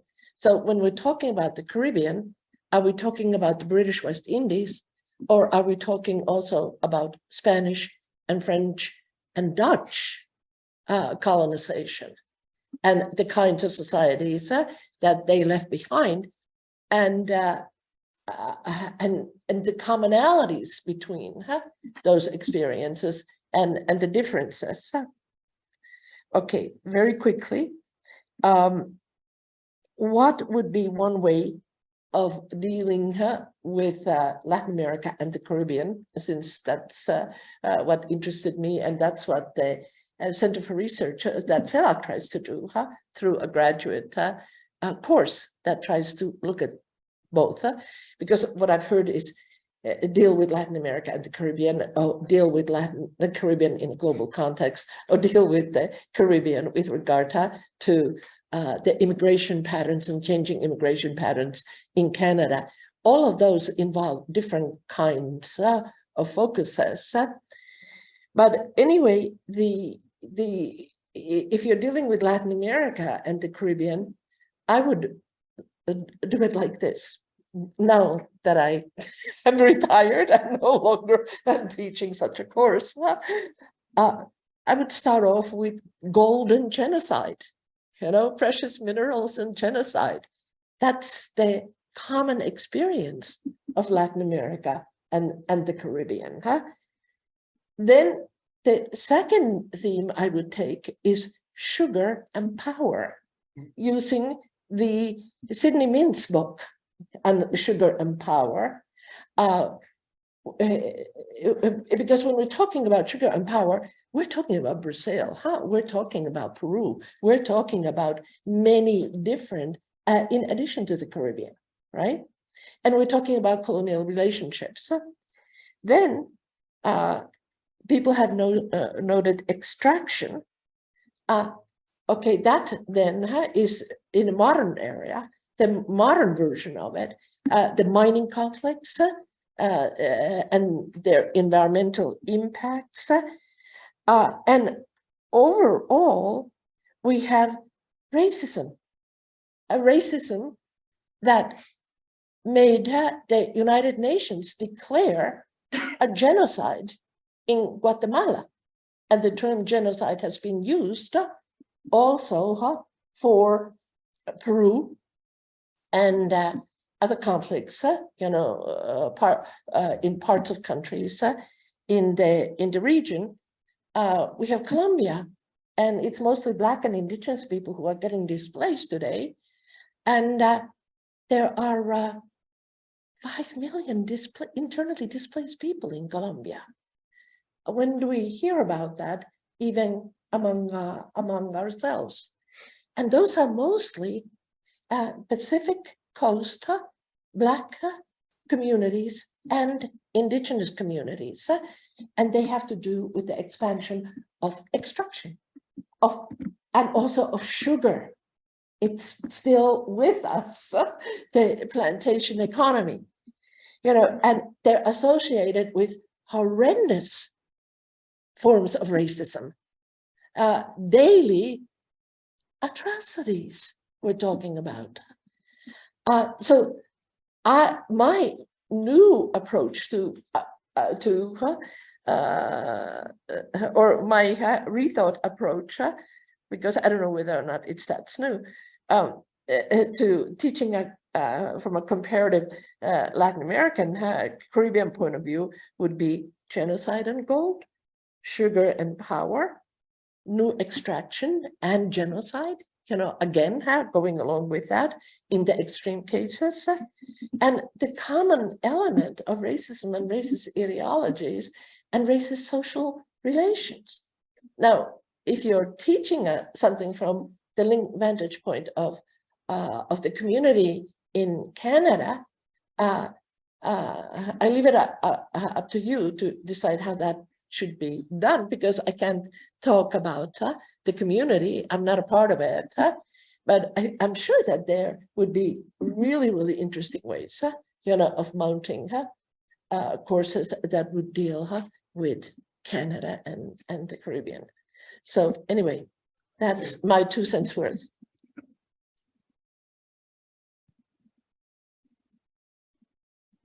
Could I? Yeah, does anybody want? No, I was just going to add and teaching the course, I would, and after the World Cup or during the World Cup, I would ask people to look at race relations in Argentina. Thank you. My response for me, with the questions and the conversations taking place today, honestly, I would love to hear from people like Carl, Cikiah, Beverley, because they have been in Canada doing that work for a while. But I just want to respond to Afua's comment. I agree totally in what you're saying in regards to whether masses, the general populace, are Black people that are experiencing the traumas, and dealing with the anti-Black state. I understand that, and I agree fully. So in the whole reimagination piece for Caribbean studies, I'm thinking about it in the structure-wise, and because in thinking through it as a structure and as a discipline in itself, yes, we have to deal with anti-Black racism, because the whole the whole Black existence in the Caribbean is due to racial capitalism. That's the part of the prime reason that we are in the Caribbean. So that's part of the very tapestry of the society, white supremacist capital patriarchy. So I'm in reimagining and talking about the other marginalized groups. And I'm also thinking about, when I talk about other marginalized groups, yes, I recognize the diversity of the region, but I was thinking more, I won't say I'm thinking more, that's a lie. But I think we have to put indigenous people almost, I won't say almost, that's not even sounding problematic. We have to put them in the same equation with Black folks, because they are the original people of the land. Even when you hear the struggles that they're going through, right? Even when you talk about reimagining Caribbean studies and extractive industries, they are the original people of the land. So it's not negating anti-Black racism and the social transformations that have to take place, but just recognizing the other aspects. I know that's not what you're saying, but just saying in the way I'm arguing and I'm talking about the rethinking. It more have to do with that, by not, and also not negating anti-Black racism that's there. Yeah. Oh, Cikiah, I don't know if you want to say something. Yeah, I'm agreeing with you, Chevy. I'm agreeing with you that George Lamming some years ago were discussing this very issue, Caribbean studies.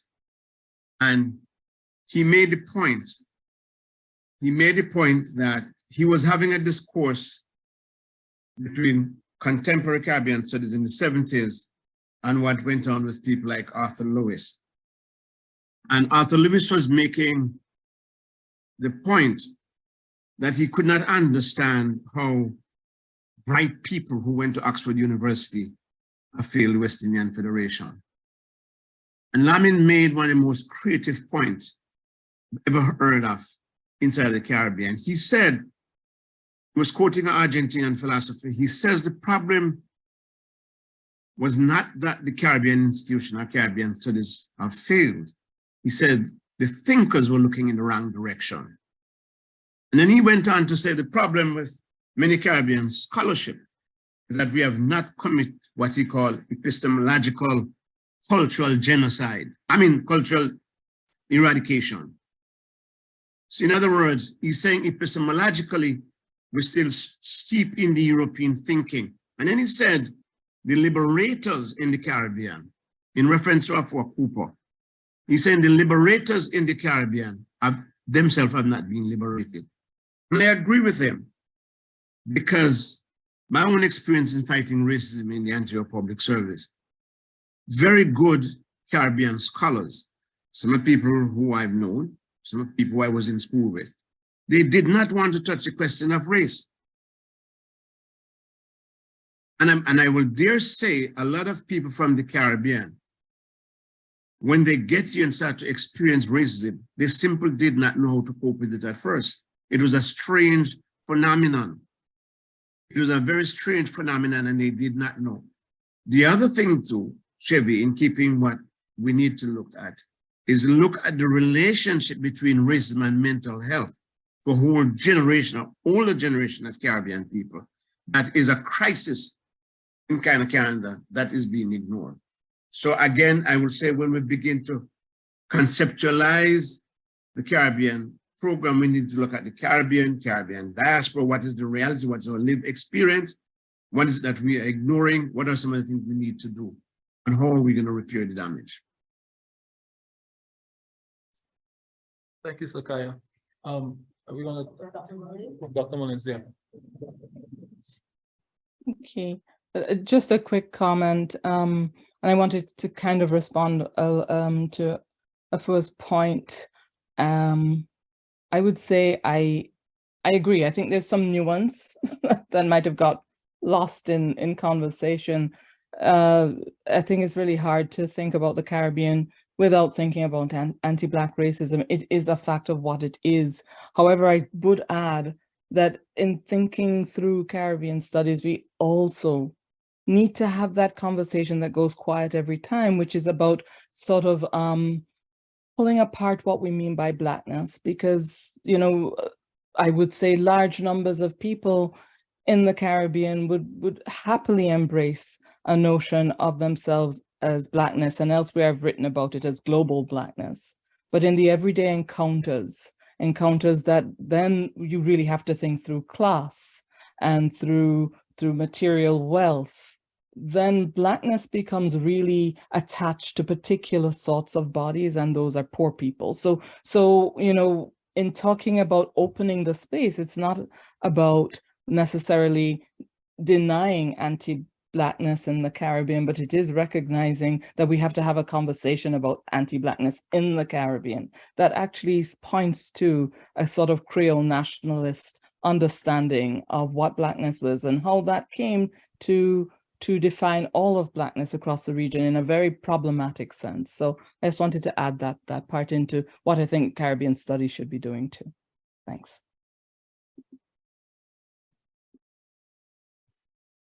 All right, thank you. Cikiah, is your hand still up? Okay. So No, sorry, I should take okay, it. no worries. I wanted to get to some of the questions in the chat. We have one from Natasha Lee Thompson, which says, in the context of Caribbean studies, is the Caribbean homogeneous? How should the Caribbean be discussed, represented, or studied? How can the Caribbean achieve true regional integration in the context of the West Indies Federation, 1 from 10 leaves 0, Caribbean Court of Justice, CARICOM, etc.?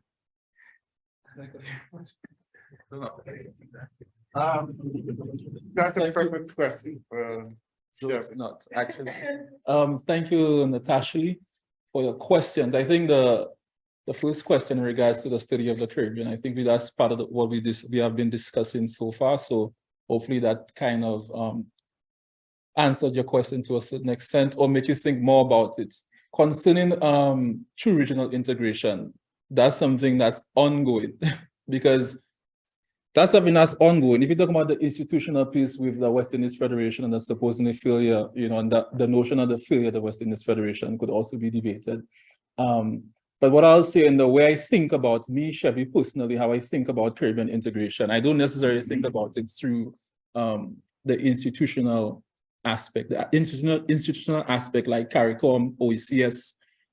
These organizations, those entities are extremely important in facilitating whether it's trade, investment, etc.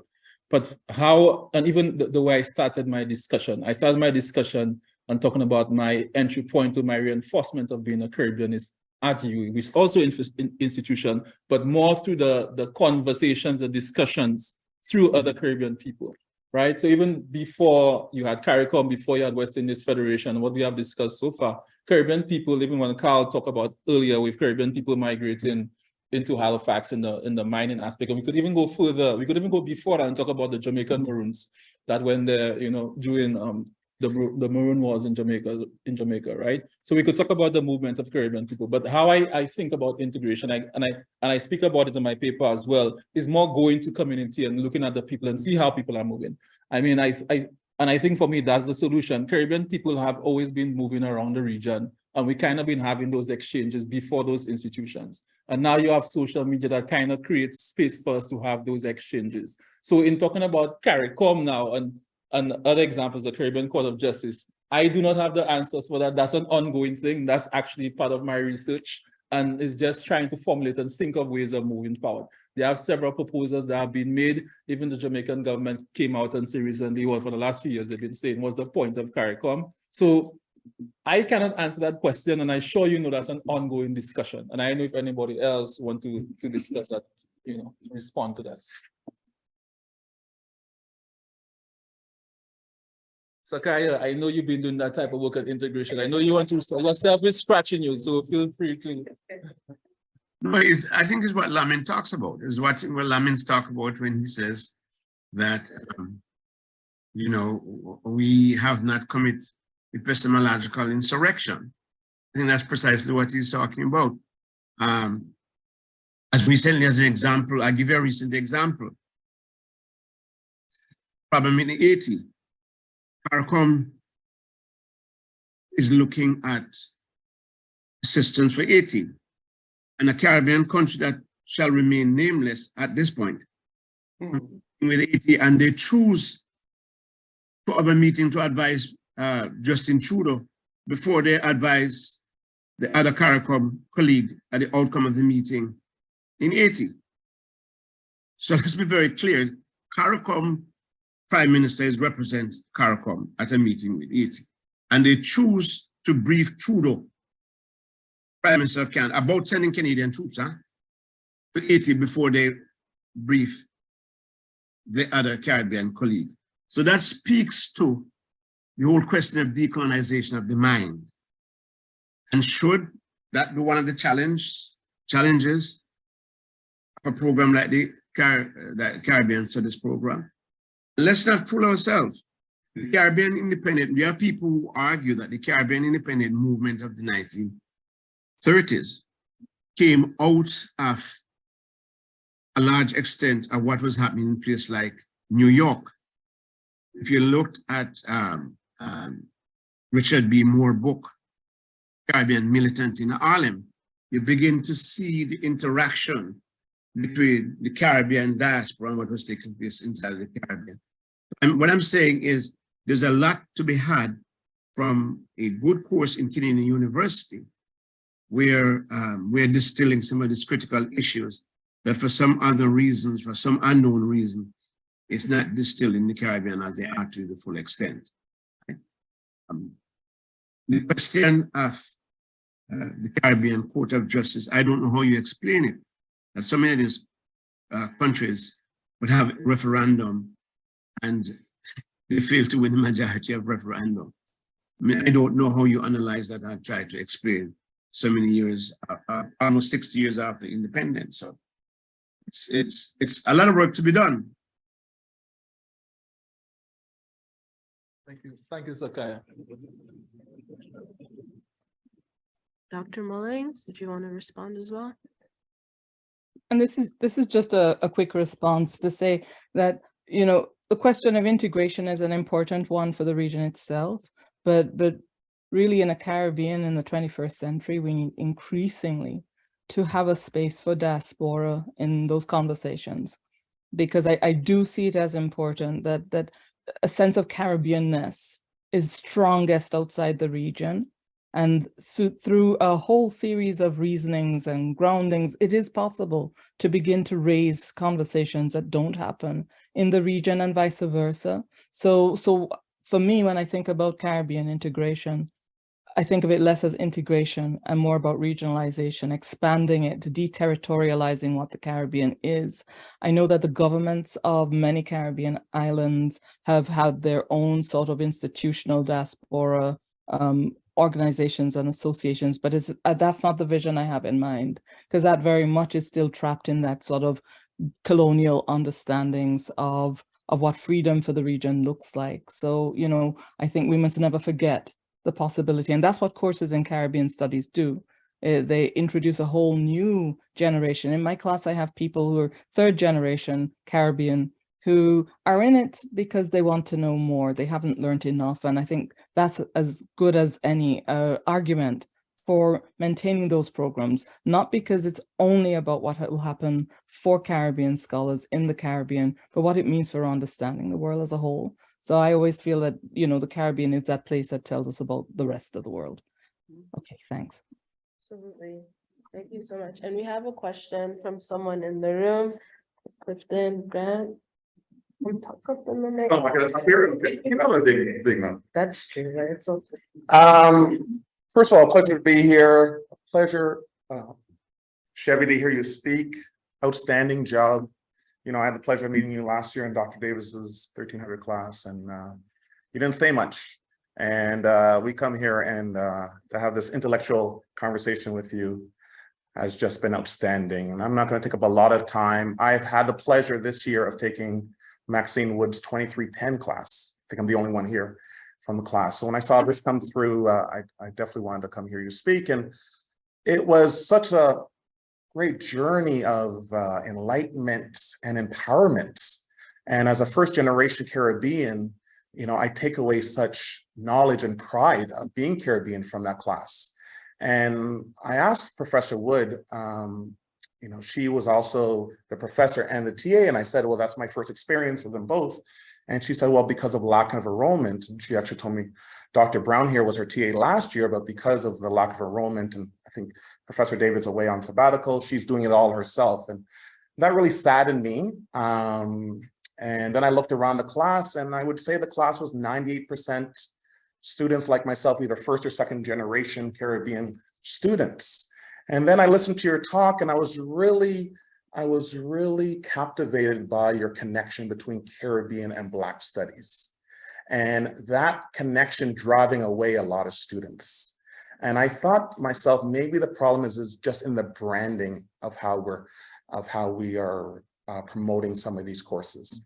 And I just wanted you to bring some context to the fact of the importance, again, of the separation of the two, the importance of promoting it as an enlightenment and an empowering journey, especially for us Caribbean students, but also the non-Caribbean students that were in the class. I asked them why they took the course, and they said that they've always just wanted to learn about the Caribbean.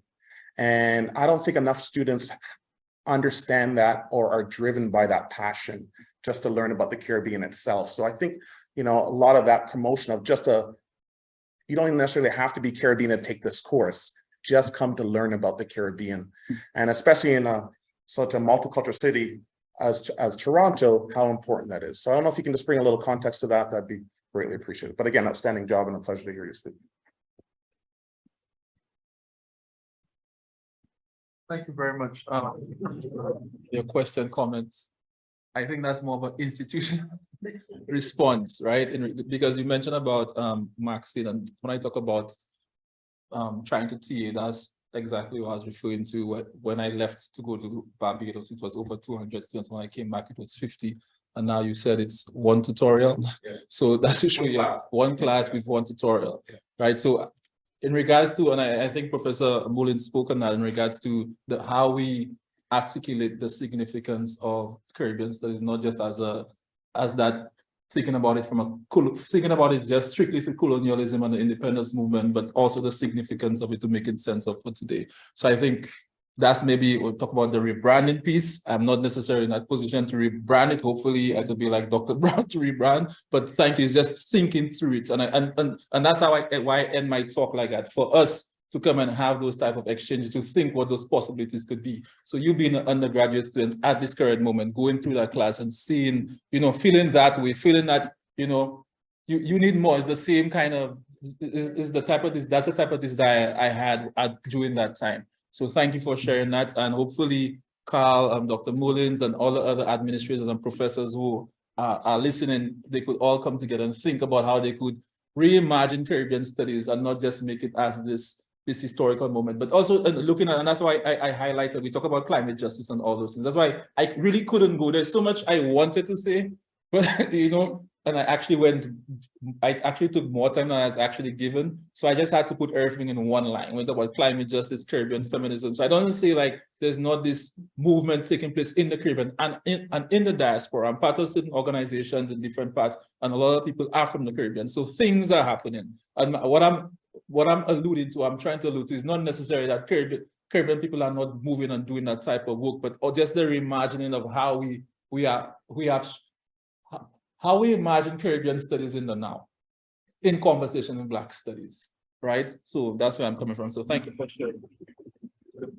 Thank you so much. I just have one question that I want to piggyback off of Keisha Fairview's question that talks about the divide between Caribbean studies, Black studies, or Black Canadian studies, and African studies in Canadian institutions. And it's kind of linked to my ongoing question about what you call the third juncture, Chevy, or thinking about ways we might reimagine Caribbean studies and really take seriously like second or third generation experiences. Because I find that there's a tendency to kind of separate like what constitutes Black Canadian studies and Caribbean studies, where folks like myself, like I really understand them as not necessarily being separate, right? And I'm interested in what capacity we have to reimagine Caribbean studies in Canada in ways that don't think of like second generation or third as kind of marginalizing that space, right? Because I think that those lived experiences must also count as Caribbean studies too, if that makes sense. And I find that while I don't imagine it being separate, a lot of folks do, and I think that's part of the issues, right? So I don't know if anyone else wants to speak to kind of how those silos operate or what we could do going forward to make I sure. would really love to hear Carl James' response. Yeah. And all, yeah. So the question is, how do we imagine Caribbean studies? I don't think you could imagine Caribbean studies without, and we might imagine Black studies without talking about the Caribbean. Imagine Caribbean studies without talking about Blackness. It's going. I think it's how we're going to come to them. You know, you might enter Black studies through Caribbean, paying attention to the intersection, or you can enter Black studies, looking at Blackness in the Canadian context, paying attention to also, again, the diversity of Black people in the Canadian context. So I think you can, it's just as you could enter Canadian studies through Blackness as well, you know.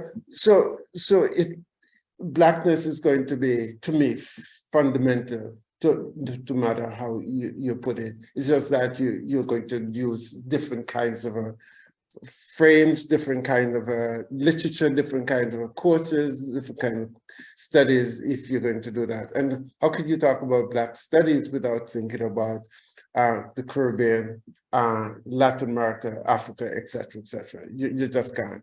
And of course, you'd have to deal with the colonialism and racism. One of the big things I think, how we talk about decolonization in Canadian context right now, without paying attention to how colonization also affected the Caribbean or affect Africa, et cetera, et cetera. So to think of colonization in this limited sense without thinking of colonization influenced and informed the immigration of people to Canada, et cetera, who came when and Canada remaining white, is really not doing decolonization in its fullest conceptualization. So we have to think of decolonization as probably an important point that we have to rethink, because too often we're thinking of colonization or settler colonialism in a very narrow way in which we're constructing it in Canada. We need to do more than that, or better than that.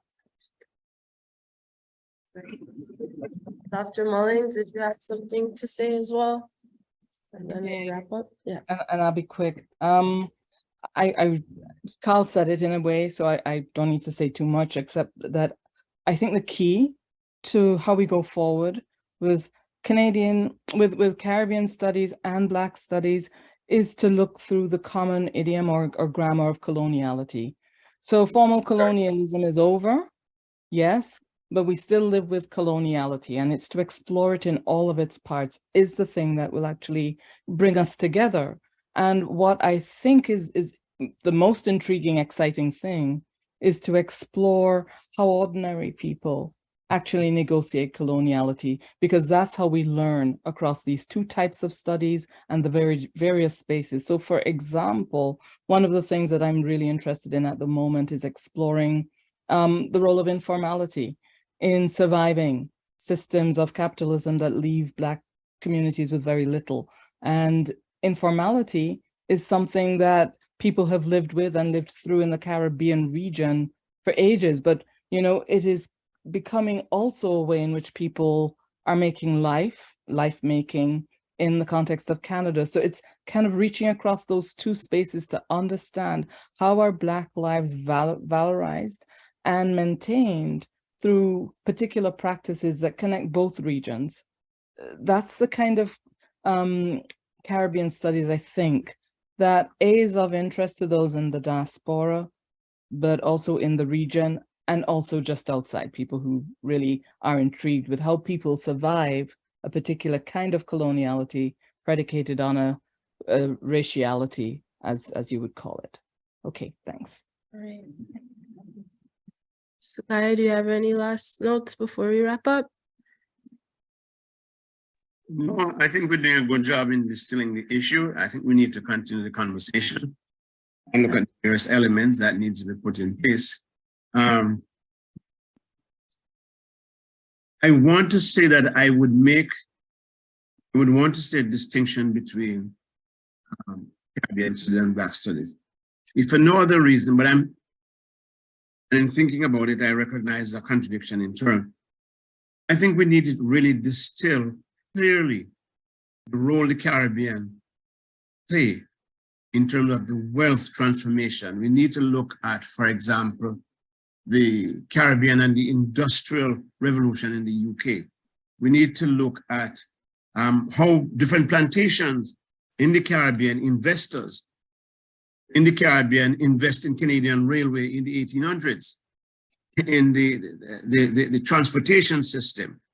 We need to look at the sugar industry. We need to look at the fishing industry. There's a critical wealth transfer.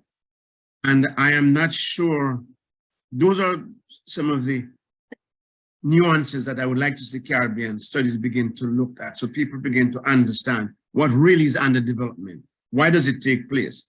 You know, it's not the justification that was developed by the English, for example, and the scientific reason to justify the inferiority of Black people. So I am saying we need to make those kind of a qualitative distinction in showing Caribbean contribution to humanity. Yes, as well as if we need to look at the difference between the continental African experience in Canada and people from the Caribbean. I was in Ghana some time ago, and I was doing some research on the slave trade, and I was shocked to how little the continental African knew about what happened in the Caribbean. So much so that, and Chevy is part of this too, some of us are encouraging African scholars to teach Caribbean studies program in African university, at least 4 universities running a pilot project in this regard. So I think we need to zero in and the distinction, though it may seem subtle, but there's a qualitative distinction that we need to look at. All right, thank you so much. So to wrap up, I'd like to thank Chevy Eugene for launching our important conversation this afternoon, and our respondents, Dr. Carl James, Dr. Beverley Mullings, and Cikiah Thomas for their insights. I'd also like to thank all of you who took the time out to attend in person or online and shared your questions and comments as well. And of course, I'd like to thank Tika Pinnock, Camila Bonifaz, and Dr. Tamika Samuels-Jones for all your hard work in front and behind the scenes that made this conversation possible. And as we go our separate ways and reflect on the crises that is Caribbean studies in Canada, I think it's worth underscoring that one thing Caribbean people know how to do is survive and thrive in spite of crises. By centering Caribbean ways of knowing, as we resist being pushed to the confines of elective courses and resist empty institutional promises of support, I hope this conversation further propels the underlying stakes of what Caribbean studies has to offer. So with that, I'm thinking about how in bolstering Caribbean studies, we might take seriously the direct relationship between the forced and induced migration across the Middle Passage and the Kalapani and the drownings of African migrants in the Mediterranean, or even the more recent deaths of Romanian and Indian families who drowned in the St. Lawrence River while trying to enter the US just a few weeks ago. As we remain cognizant of the fact that we've inherited multiple and overlapping crises, a Caribbean Studies lens points us to the astute work of Sylvia Winter and Frantz Fanon, who identify new understandings of the human and show us that another world is possible. So let us continue to fight for it. Walk good.